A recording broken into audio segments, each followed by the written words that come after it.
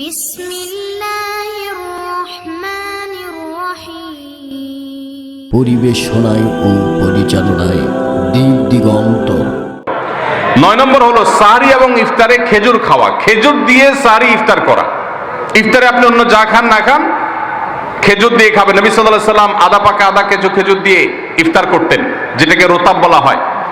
আর যদি সেটা না পাওয়া যেত, সাধারণ যে কোনো খেজুর, সেটাও না পাওয়া গেলে একটু পানি খেয়ে তারপর তিনি ইফতার করতেন। আমরা ইফতারে খেজুর খেতে হয় সুন্নাহ, এটা আমরা জানি, কিন্তু যেটা জানি না সেটা হলো সাহরিতে খেজুর খাওয়া। ভোর রাতে সাহরিতে খেজুর খাওয়া সুন্নত। এটা আগে কে কে জানতেন? হাত তোলেন। আগে জানতেন? মাশাআল্লাহ, হাত নামান। গত বছর রমজানে সাহরিতে ভাত তরকারি যাই খাইছেন না খাইছেন, একটা হলো খেজুর খাইছেন, কারা কারা হাত তোলেন? মাশাআল্লাহ, এদিকে সব আমল করা মানুষ। মাশাআল্লাহ, তাহলে তার ওয়াজ টোয়াজের কোনো দরকার নাই। এত নলেজেবল মানুষ, এত আমলদার মানুষ যদি এলাকায় থাকে, তাহলে ওয়াজের দরকারটা কি? আল্লাহ আমাদের সবাইকে আমলের তৌফিক দান করুন। ভাইরা আমার, ইফতারে খেজুর খাওয়া যেমন সুন্নাত, সাহরিতেও খেজুর খাওয়া সুন্নাত, কিন্তু খেজুর খাওয়া কোনো ফরজ ওয়াজিব না। খেজুরের দাম বেশি হয়ে গেছে, আপনি কিনতে অপারগ। যদি একটা খেজুরও পুরো রমজান না খান, আপনার রোজার কোনো অসুবিধা হবে। তবে নবী সাল্লাল্লাহু আলাইহি সাল্লাম যেহেতু ইফতার এবং সাহরিতে খেজুর খেতেন, আর খেজুরে প্রচুর পরিমাণ সুগার আছে, উপকারী, যেটা মানুষের স্বাস্থ্যের জন্য উপকারী, প্রচুর পরিমাণ এনার্জি আছে, খাদ্য শক্তি আছে, সারাদিন রোজা রেখে আমাদের যে সুগারের ঘাটতি হয় সেটা পূরণ করার জন্য সহায়ক হয়। এই জন্য সাহরি এবং ইফতারে খেজুর খাওয়া এমনিতেও উপকারী। আর নবী সাল্লাল্লাহু আলাইহি সাল্লামের সুন্নাত, তিনি বলেছেন, নি'মা সাহুরুল মুমিনি আত-তামার, ইমানদারের সাহরির আইটেমের মধ্যে সবচেয়ে বেস্ট উত্তম হলো খেজুর। এই জন্য অন্য যাই খান না খান, একটু হলো, এক পিস হলো খেজুর খাবেন। ইনশাআল্লাহ সুন্নাত আদায় করার নিয়তে খেলে এই খেজুর সুন্নাতটা আদায় হয়ে যাবে, আল্লাহ তাআলা চাহেন তো। তাহলে 9 নম্বর আমল পেলাম হলো সাহরি এবং ইফতারিতে খেজুর খাওয়া। 10 নম্বর আমল হলো সকল প্রকার পাপাচার বর্জন করা, গুনাহের কাজ থেকে বিরত থাকা। এইটা হলো রমজান মাসের দ্বিতীয় সর্বোচ্চ গুরুত্বপূর্ণ আমল।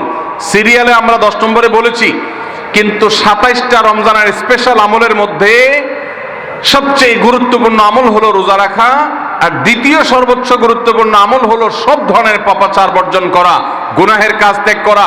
যদি কেউ রমজানে রোজা রাখে, আবার চোখ দিয়ে হারাম জিনিস মোবাইলে দেখে, স্ক্রিনে দেখে, পত্রিকার পাতায় দেখে, অফলাইনে দেখে, পরনারীর দিকে তাকায় থাকে, সে যদি কান দিয়ে হারাম জিনিস শুনে, গান বাদ্য, এই সমস্ত কিছু সে যদি উপভোগ করে, তাহলে তার এই রোজা আর উপোস থাকার মধ্যে কোনো পার্থক্য। মনে রাখবেন, রোজা শুধু পেটের হয় না, রোজা চোখের হয়, রোজা কানের হয়, রোজা হাতের হয়, রোজা মুখের হয়, রোজা শরীরের প্রত্যেকটা অঙ্গ প্রত্যঙ্গের হয়।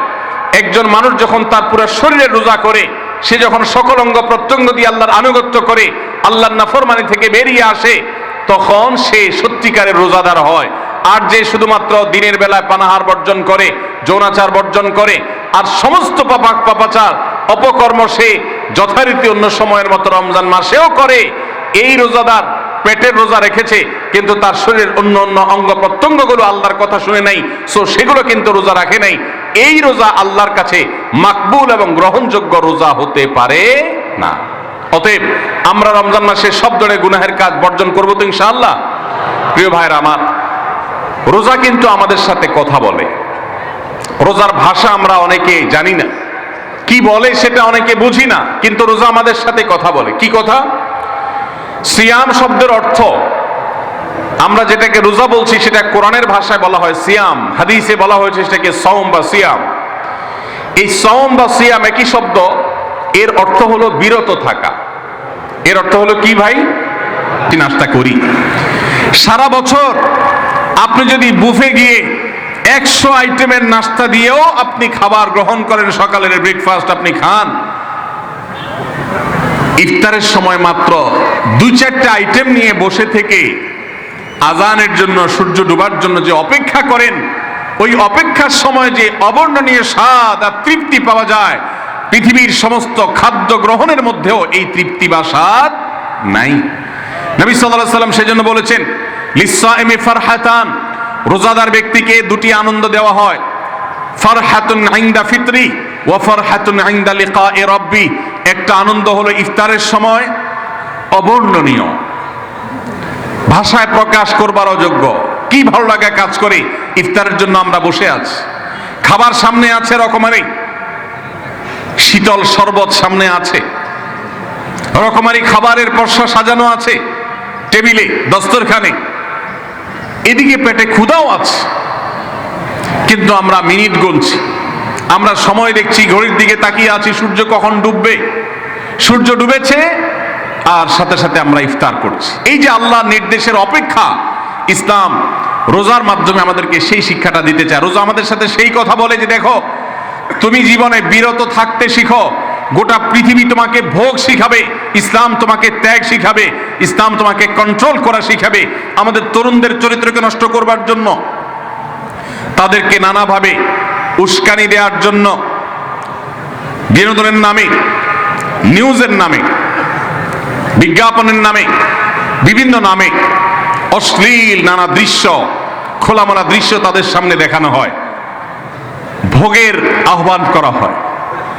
ইসলাম বলে, হে মুসলিম তরুণ, তোমার চোখের এরিয়ার মধ্যে কোনো পরনারী, কোন সুন্দরী নারী পড়ে গেছে, তুমি আঁচ করতে পেরেছ, সাথে সাথে তোমার দৃষ্টিকে তুমি নিয়ন্ত্রণ করো, অবনত করো। কুল্লিল মুমিনিনা ইয়াগুদ্দু মিন আবসারিহিম ওয়া ইয়াহফাযু ফুরুজাহুম। আল্লাহ বলেছেন, হে রাসূল বলে দিন ইমানদার পুরুষদেরকে, তারা যেন তাদের চোখগুলোকে নামিয়ে রাখে, তাদের সম্ভ্রমকে তারা সংরক্ষণ করে। মনে রাখবেন, যা খুশি তা করতে পারা এটা যোগ্যতা নয়। নিজেকে নিয়ন্ত্রণ করলাম, যা খুশি তা করব না, এর নাম হলো যোগ্যতা। ডায়রিয়ার রোগী ডাইরেক্ট হয়ে যায়, যা খুশি যে করে, নিজের মন যেদিকে তাকে নাচায় সেদিকে নাচে, এই লোকটা অসুস্থ মানুষের মতো। আর মুসলিম যুবক, মুসলমান মানুষ, নারী পুরুষ, সে নিজেকে নিয়ন্ত্রণ করে।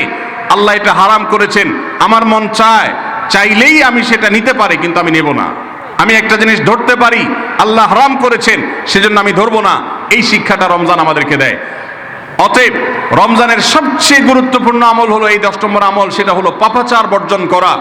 নবী সাল্লাল্লাহু আলাইহি সাল্লাম বলেছেন, যে ব্যক্তি রমজানে রোজা রাখলো আর পাপাচার বর্জন করলো না, তাহলে এই রোজা রাখার উপোস থাকার ভিতরে কোনো পার্থক্য নাই। আল্লাহ আমাদের সবাইকে রমজান মাসে রোজা থেকে সকল হারাম, সকল নাজায়েজ কাজ, সকল গুনাহের কাজ ছাড়ার তৌফিক দান করুন। আমি